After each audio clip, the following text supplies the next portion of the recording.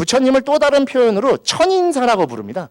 천인사, 열의 10호라고 해서 부처님의 10개의 이름이 있는데 그 중에 천인사가 들어있죠. 여기 지금 삼선도에 인간과 천이 있죠. 그래서 인천의 스승이라고 부릅니다. 농담 삼아 말하지만 인천 사람들만 부처님을 믿는 게 아니에요. 즉 인과 천에 태어난 사람들에게만 그 가르침이 명확하게 전달될 수 있다는 거죠. 왜 그럴까요? 본능보다 이성을 중시해서 살아갈 수 있기 때문입니다.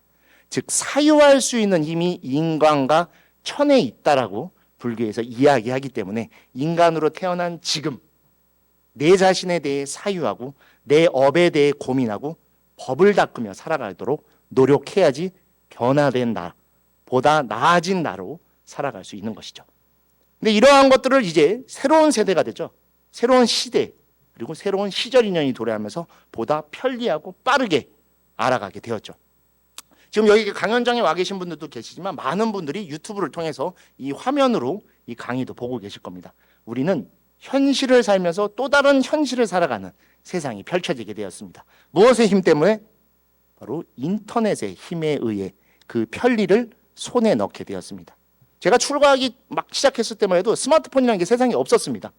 스티븐 잡스라고 하는 새로운 인물이 그전에도 스마트폰은 있었지만 본격적으로 이 스마트폰을 발전시키고 우리 삶 곳곳에 이 모든 것들을 집어넣으면서 이제는 팔만대장경을 보러 오는 게 아니라 팔만대장경을 찾아보는 시대가 되었고 과거 신라 고려 때 팔만대장경에 염원을 세웠던 것들을 이제는 이 어플을 만드는 것에 힘을 쓸 정도로 손바닥 안에 부처님의 손바닥과 좀 다른 부처님 똑같은 모양을 쓰시는데 이 손바닥 안에서 모든 것들을 바라보고 찾아볼 수 있는 시대가 되었죠. 제가 듣기로도 이 붓다 비퀘스천 강연의 접수도 인터넷으로 받는다고 들었습니다. 모든 게 이제는 이 안에서만 행해져야 되죠. 자, 인터넷 너무 훌륭하고 대단한 우리에게 삶을 완전히 바꿔준 새로운 법이죠. 아까 교수님들께서 종교라고 표현해 종교라고 해도 뭐 과언이 아니죠. 오늘 하루 절에 안 왔었어도 여러분 오늘 하루 아침에 핸드폰 잊어버리면 하루 다 사라집니다. 불안과 초조, 일도 손에 안 잡혀. 왔던 길 다시 돌아가야 돼. 그 정도로 맹신할 정도의 그런 힘을 갖고 있는 것이 돼버렸죠. 근데 인터넷이라는 것을 우리가 깊게 한번 바라봐야 됩니다. 인터넷으로 모든 것이 이어졌고 모든 것을 확인할 수 있고 모든 것을 경험할 수 있습니다. 과거에는 히말라야를 보기 위해 목숨 건 도전을 해야 되지만 지금은 구글어스에 접속해서 바로 보셔도 됩니다. 오늘 날씨까지 나오죠. 그러나 이 인터넷이라는 것은 그 안에 모든 정보들은 그곳에 영원히 남겨져 있는 것이죠. 인터넷 까르마라고 표현했던 가장 주된 이유는 바로 이 영원히 남겨진다는 것에 가장 무서우면서도 핵심의 가르침이 들어있는 것입니다. 우리는 지워지기 위해 노력합니다. 불교에서도 사람의 삶은 사라지는 것을 기점으로 이야기를 합니다. 우리는 태어난 그 순간부터 생을 향해 살아가지 않습니다. 애초에 답은 정해져 있습니다. 아까 유성경 교수님께서 해답을 말씀해 주셔서 우리의 결론은 죽습니다. 사가 결정돼 있습니다. 태어난 그 순간부터.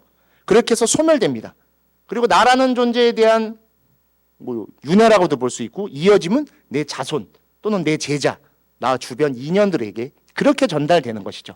나로서 남겨지지 않습니다. 업보도 그렇게 나와 함께 인과응보의 시스템에서 사라지게 되는 것이고 하지만 인터넷 까르마는 완전히 다릅니다.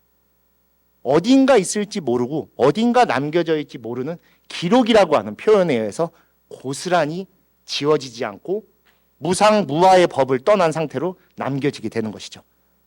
근데 여기에 또 하나 문제가 있습니다. 그렇게만 남겨지면 괜찮습니다. 그럼 아무것도 우리가 걱정할 게 없어요. 하지만 그것들은 왜곡이라고 하는 그리고 편집이라고 하는 있지 않고 있어서는 안 될 형태로도 남겨질 수 있다는 것이죠. 즉 인터넷 가상 공간이라고 하는 가상이 이제는 실제로 바뀐 것입니다. 그래서 고스란히 우리의 삶에 영향을 주는 형태로 만들어진 것이고 우리는 그 속에서 살아가게 된다는 거죠. 여기 지금 제가 예를 들어 놓은 것은 여러분에게 일상생활에서 너무 많이 사용하시는 것들이죠. 카카오톡, 사용하시는 분에 따라서는 라인, 밴드, 유튜브, SNS의 각종 댓글들 너무 편리하게 사용하고 있는데 여러분 여기에 한 번 더 생각해 보면 이 내용들은 영원히 지워지지 않고 끝없이 되풀이되며 왜곡됩니다. 그리고 그 왜곡된 것들은 인과라는 형태로 다시 나에게 되돌아오게 되는 것이죠. 내가 하지 않았던 것들도 인과의 법칙에 의해서 우리에게 되돌아오는 정말 말도 안 되는 형태들이 생겨나게 된 겁니다. 알렉슨 퍼거스죠. 옛날에 맨체스터 유나이티드 감독이 진짜 막 이 21세기의 최고의 가르침을 말한 것 같아요. SNS는 삶의 뭐라고 했더라? 뭐 전혀 무효한 것이다라고 얘기할 정도로 거기에 남겨지면은 고스란히 언젠가 나에게 되돌아옵니다. 저도 우리 학인 스님들을 지도하고 말하고 있지만 가급적 거기에 글을 쓰거나 사진을 올리고 싶어 하죠. 할 때 항상 뒤에 대한 것들까지 생각해야 된다. 이 안에도 인과가 남아있기 때문이다라고 표현합니다. 또 우리 인터넷에서 가장 나쁘게 표현되는 게 바로 악성 댓글이죠. 아까 제가 구업에 대해서 잠깐 말씀드렸지만 인터넷에 있는 모든 것들은 구업을 베이스로 합니다. 언어로 되어 있죠. 표현이 들어갑니다. 근데 댓글은 우리가 구업이라고 잘 생각하지 않아요. 이걸로 안 하니까.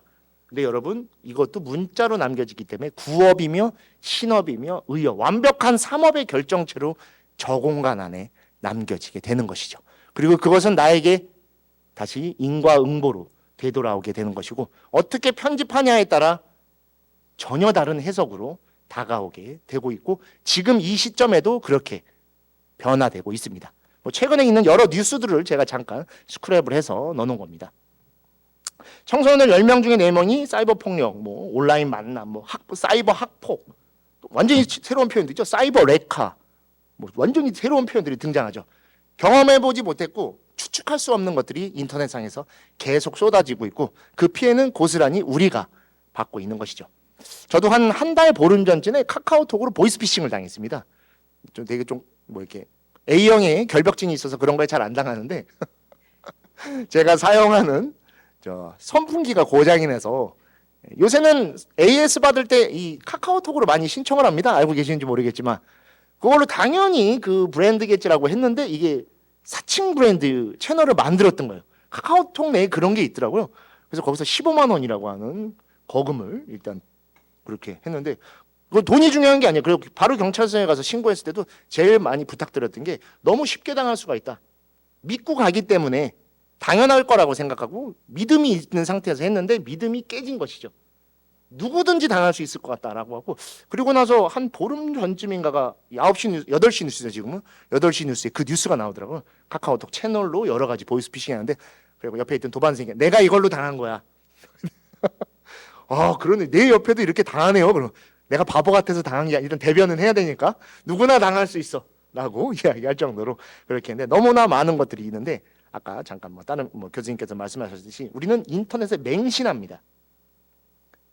어제인가 경향신문에도 나와서 AI 사용법이 5가지로 정해놓은 거 있는데 그 중에 한 개가 뭐냐면 AI는 진실만을 말하지는 않는다.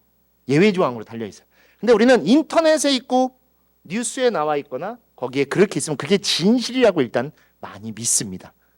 여러분 거기에 사진으로 있고 영상으로 있다 하더라도 지금 그곳은 우리 눈으로 우리의 오온으로 경험한 것들이 아니기 때문에 아닌 것이 있을 수도 있습니다. 딥페이크 기능이나 여러 가지 AI 음성 변조 그런 것을 통해서 오히려 현실보다 더 현실적인 것들을 그 가상의 공간에서 실제와 같이 만들어낼 수 있는 것이죠. 그리고 그곳에는 윤리라는 것이 들어있지 않습니다. 단순한 목적이 들어있죠. 이익이 될 수도 있고 경제적인 것 또는 명예 또는 상대방을 해하려고 하는 악한 마음 무언가가 들어있어서 그곳에는 보다 왜곡들이 많이 있을 수 있습니다. 근데 우리는 대부분 그곳에 있는 것들을 맹신하게 되고 그에 따르려고 하는데 절대로 그래서는 안 됩니다. 우리가 경험하는 것들이 우리의 지식이 되는 것이고 그 지식을 통해 내가 행동할 때 지혜가 되는 겁니다. 그게 우리가 업대로 살지 않고 법대로 살아가는 가장 중요한 방법인 것이죠.